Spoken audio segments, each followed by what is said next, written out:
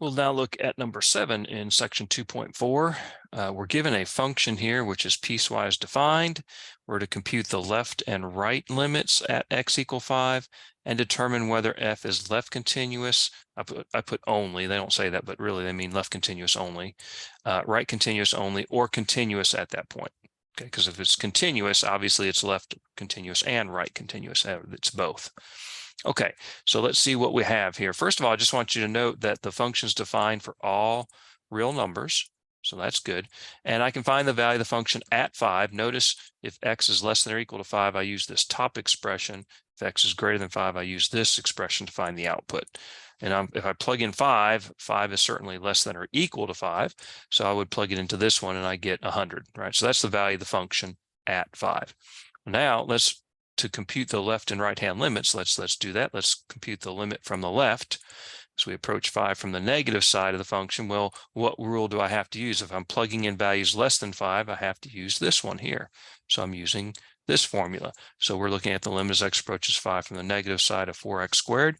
That function's continuous. I can plug in directly, and I get 4 times 25, 100. Okay, same as the value of the function. We'll say something about that in a second. What's the limit from the right? Well, now I'm going to approach 5 from the positive side, and now I have to use this formula, right? Because x is now greater than 5.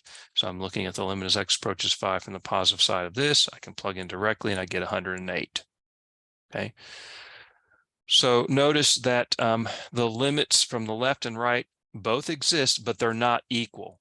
In other words, we have a jump discontinuity. We have a break in the graph. Okay.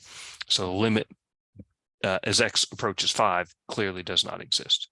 Okay. But we found the limit from the left is 100, limit from the right is 108. Are we left continuous only, right continuous, or continuous? Well, we're not continuous. We know that because the limit does not exist. So that was off the table. Are we right continuous? The limit from the right, from the positive side, is 108, but the value of the function is 100. Since those are not equal, we're not right continuous. Are we left continuous? Yes, because the limit from the left is 100, and the value of the function is 100. These are equal. So therefore, we are left continuous only.